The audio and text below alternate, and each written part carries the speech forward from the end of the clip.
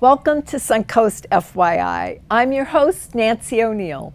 Today I'm joined by Hallie Pilot from The Haven, Lisa Intagliata from Resilient Retreat, and SNN's own Chief Meteorologist, Justin Mosley, right here on SUNCOAST FYI.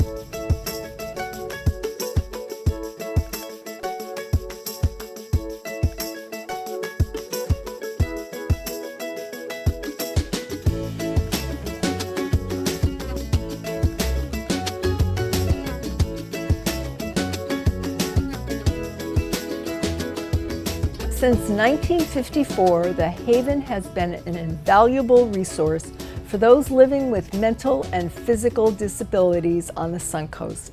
And here with me now is Hallie Pilot, the Director of Development at The Haven, to tell us about their upcoming gala.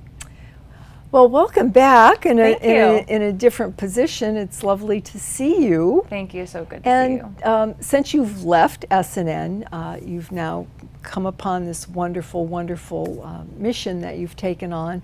Can you tell our viewers a little bit about The Haven before we tell them about the gala? Yes. So in a nutshell, what we do is provide services and programs for children, teens, and adults with disabilities. So that starts at a preschool, starting at age 1, and goes through age 5. Then we have our high school, and that's ages 14 to 22. And we have adult employment programming where they can have a job. And then we have a residential component as well. So since I saw you last, we're building 2 more homes. So we'll have a total of 8 group homes now. Wonderful. So they actually live on campus? Yes, right now we have about 50 residents on campus. Okay. And the classes are daily that they attend? Yes, so we have preschool kids come to and from, high school kids come to and from, and then some of our adult clients who work at the Haven come to and from, and the others who live there are kind of intermingled among those other adults. Okay. Now, in addition to holding classes like that, are there like extracurricular activities where they do team building and things so that they learn how to interact with one another? Yes, so for our high school students and our high school in general, we place a really big emphasis on life skills and communication and things to set them up to be independent once they graduate. So we place them at internships. So we have kids who are interning at Moat Marine Lab and Detweiler's and Publix and Goodwill and Aviva. So we've really been able to partner with a lot of different organizations and not only get the word about the Haven out, but then also get people to, give our guys an opportunity to get involved in the community. Absolutely. That's lovely. Thank you. So the gala. Yes. Let's hear about that, because those are always fun. Yes. So, and for a good cause. Yes. Yeah. Win-win. And we've never had a gala, which is kind of crazy because we're turning 68 years old this year. Gosh. So it's long overdue. But the theme, it's the sister event to Wine, Women, and Shoes. So it's called Farm to Tableau. It was created by Studio 440, and we were lucky enough to be able to license it in Sarasota for the first time for The Haven. So it's food and arts themed.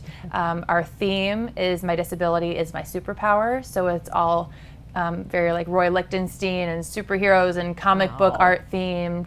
And so it was a really cool way to incorporate art, but also the idea that sometimes our disabilities really kind of enhance our abilities, and they are our superpowers, and we all have a superpower. So it's cool to get people to think about what's theirs. Right, and you bring them out, and that's the beauty part of what you do. You help these people bring out that superpower that they have. Yeah, absolutely. Our tagline now is See the Ability and Disability, and I feel like that's what not only we do, but we want everyone to do, and that's our vision one day, where everybody is seeing the ability and disability. Yes. So I think this will be a really good way to kind of celebrate that mission and celebrate the Haven. Okay. And what are you hoping to accomplish, or what this will accomplish by people that are attending, Hallie? So I think the Haven has really been in a long need of a platform to share its voice in the community and tell people who we are, that we're here, and what we do. I think we've been kind of a hidden gem, and I would love for us to be a not so hidden gem. So 300 people coming to a gala is monumental for us because we can educate them about the Haven. They can hear our client stories, And I just hope that people are touched by it, and then they go home and they tell their friends about the Haven, and they tell their friends about the Haven. Exactly. And just the awareness and the visibility and the education are, I think, obviously the fundraising, but those three things even more so, I hope, come out of this event. Well, unfortunately, I understand that you're sold out for this gala. Yes. You're going to have another one. That's We all. will. We will, for Well, sure. you're going to have them back to back. Yeah, well, gosh. I might need a little break. You might need a little break. But we'll do one next year. And we were lucky enough to sell out really fast because I think so many partners that we've been with for a long time who have helped the Haven, we're just really excited to be at an event to celebrate us. So it's a good problem to have, but next year we hope we can expand the capacity and have even more people. Okay, so when is it taking place? It's October 29th. At Ed Smith Stadium. So it'll be nice. The dinner will be on the field, and it's going to be formal still, but in kind of an informal venue, and we'll have some live art installations and local culinary partners, and just a happy time to... Well, I'm disappointed, but so people will just have to be aware that next year Yes. To get on board sooner. So are any other events coming up that are still available? Yes, Jingle and Jog. That is our long-standing traditional fundraiser. It's a 5K run and walk around Christmas time. It's the first Saturday in December every single year, and this is our 25th annual. So it's a very exciting Jingle and Jog, and so sponsorships are still available for that, and they start at about $150. If local companies are wanting to sponsor or partner with us, we still have plenty of openings, and we have plenty of space for people to run the race because registration doesn't even open for a little bit still. Okay, all right. And your website, dear? It is thehavensrq.org. Okay. Well, thank you. Lovely to see you as always. You too. And say hello to Jake for us all. I will. Okay. Thank you. Coming up, I'm joined by Lisa Intagliata from Resilient Retreat, so please stay with us.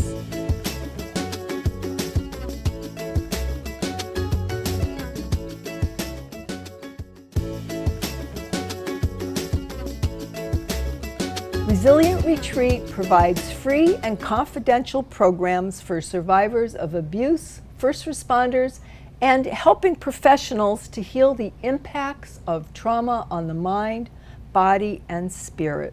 Here with me now to talk about this exceptional resource on the Suncoast is Lisa Intagliata at Resilient Retreat. Good morning, nice to see you. Good morning, Nancy. Nice to see you too. We really want to hear about this amazing program that you have, the mission of Resilient Retreat, and why it's so important for all of us, especially at this time in our world. Sure. Well, there's always been a need for mental health services on the Suncoast, and then COVID, I think, just, put lighter fluid all over the need, and it's really expanded and grown. And Resilient Retreat is only a 3-year-old organization. We started with filling a really critical need in the community and beyond for free, confidential, evidence-based services to survivors of trauma and abuse, and helping professionals and first responders who experience trauma in the workplace.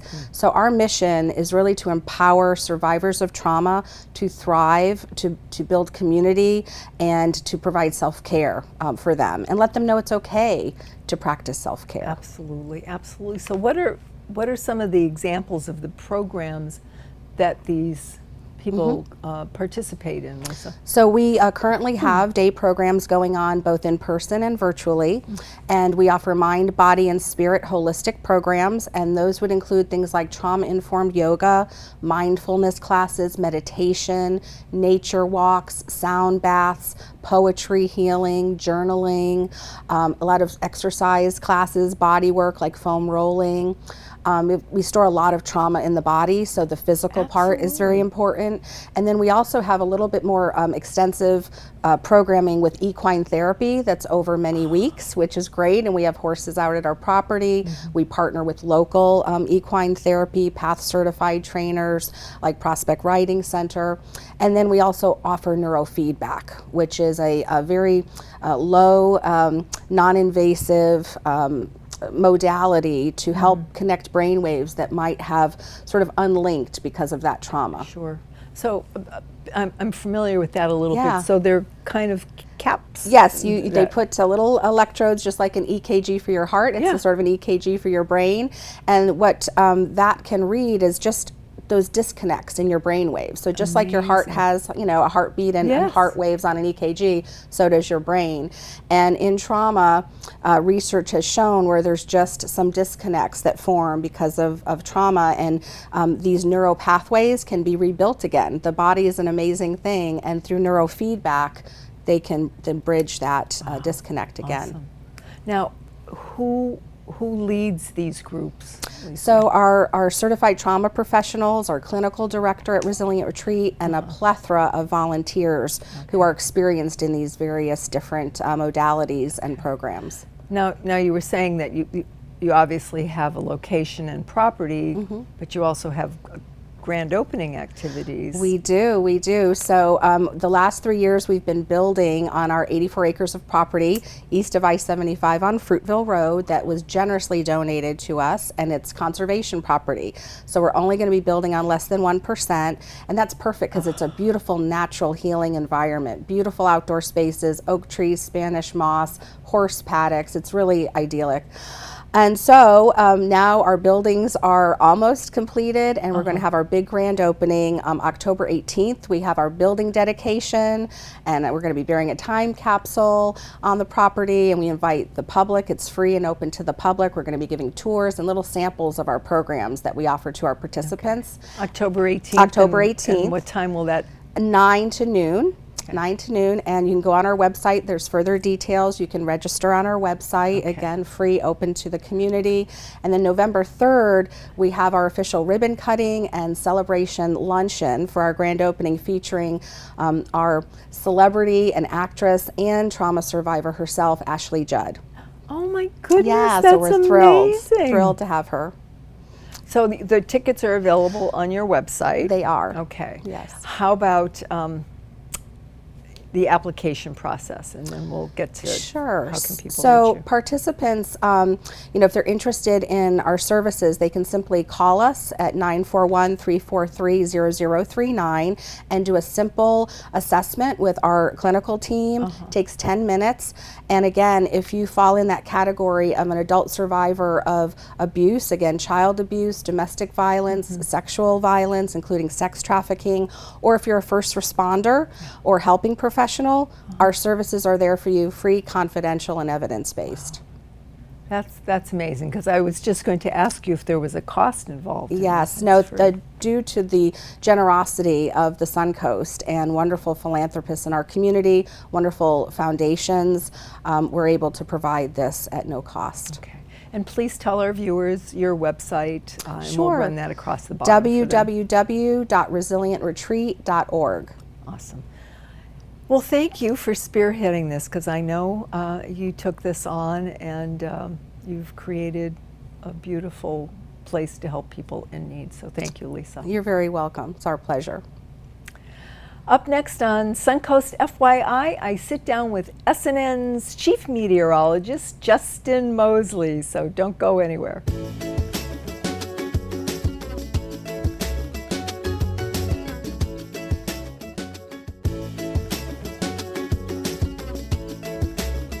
"30 years ago this week, Hurricane Andrew slammed into Florida, bringing devastating damage to the East Coast and Florida as a whole. Here with me now to discuss this monumental anniversary is SNN's Chief Meteorologist, Justin Mosley. Thank you again for coming back. We spoke a couple weeks ago about hurricanes, but this is quite the anniversary. It certainly is. Why is Hurricane Andrew considered such a rare storm, Justin? Well, it's in a unique category. It is one of 4 storms that have ever struck the United States that are Category 5 hurricane. I have goosebumps. Yes, Literally, I do. Yeah. It's a rare event to be able to get a storm to reach Category 5 status, sustain it, and then make landfall in the U.S. It's a tough thing to do, and unfortunately, that's what happened 30 years ago. 1992. And you were on the other coast. I was. We were talking about. I grew up over in Vero Beach, and I have dim memories because I was a kid when this happened in grade school. But I can remember just the chaos that surrounded the storm, people preparing, and just that sense of something bad is coming. Yeah, and it did, did. What did Andrew help change, though, Justin? Oh, so much. It's just kind of a benchmark storm for us here in Florida. The biggest thing, I think, building codes. Andrew was able to kind of shine a light on shoddy, poor construction in South Florida and over the state of Florida as a whole. And those codes have been changed and they're reinforced, and that really helps when we have our next, unfortunately, Category 5 storm in the future. Hopefully these buildings will be stronger and be able to withstand that. Okay. Now, how about the forecasting aspect of it? What changed after Andrew? That's what's so exciting for me as a meteorologist, to look back at the forecast techniques that they had to use. The actual forecast only went out 3 days. You know, we think about that cone that we see on TV. That did not exist in 1992, and it was only a 3-day forecast. As mentioned, right now we use a 5-day forecast. So we've come a long way with that track that you see. It's a lot more clear, concise. Also, the intensity forecast, how strong will the storm be, has grown, I believe, 50%. We're 50% better than in 1992. Still a long way to go with that, but certainly we're in much better shape. Okay. Now, you were saying you were quite young when that happened. Did that have any influence on you becoming a meteorologist? I have to say yes. I think it was just kind of the spark. I was young. I remember literally just, like I said, the chaos surrounding the storm, kind of watching it on TV a little bit. But then there was another storm later in 1995, Hurricane Aaron, that really kind of solidified it for me. So Andrew was really kind of the beginning of it all, where I knew this is what I want to do. I want to be on TV talking about the weather, and here we are and today. Here you are, yes, and we love it. We love it. It's my passion. I love it. So after Andrew, will they use that name ever again? No, that's a good question, Nancy. It's retired. So certain storms that are really bad, devastating, catastrophic, that name is retired. You don't want to hear it again. It's a psychological thing. Absolutely. And that's done by the World Meteorological Organization. They give us a list of names, and Andrew has been retired. Okay. Now, well, we've had, obviously, Category 4s. Are those names retired as well? Well, it really doesn't go by category. It really goes by the amount of destruction the storm did cause, amount of deaths. There are a lot of factors kind of go into retiring a name. It could be even a tropical storm that could be retired. Interesting. I think of Harvey that dropped a tremendous amount of rain. We're coming up on the anniversary of that, 5 years, I believe, next week. And we won't be hearing that name either. Wow. That's very interesting, because it's true, it's psychological. It's like, okay, well, we've had this storm, and now the next name is, oh my gosh, and it brings back all of those terrible memories for everybody. Yes. Yeah. And I have to say, the bottom line with all this is preparation. It only takes one storm. 1992 was a very slow start to the hurricane season. You have to think, it was August, late August, with the A-name storm. So it just goes to show you, it only takes one to be a devastating season for you if you get hit by a hurricane. Exactly, and that's why we still have to be mindful, because now we are in the end of August. Yes, and we've got a long way to go. And we've been very fortunate, but it's over to November, the end of November.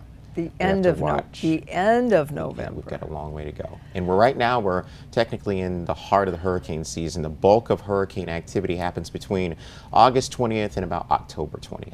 And everything technically peaks out on the 10th of September. All right, everybody, so keep your guard up. Buckle up. Okay. Thank you, Justin. You bet. Thank you for joining us today on SUNCOAST FYI. Each week, the SNN team tries to bring stories and information to you about our community that we hope you'll enjoy. So if you would like to promote your nonprofit or know of an upcoming community event that you would like to see, all you need to do is call our producer, Adam Huntley, at 941-361-4645 or email fyi@snnTV.com. And this is a complimentary service. To view previous episodes, go to SNNTV.com and click on the What's On tab. I'm Nancy O'Neill, and we'll see you next time on SUNCOAST FYI.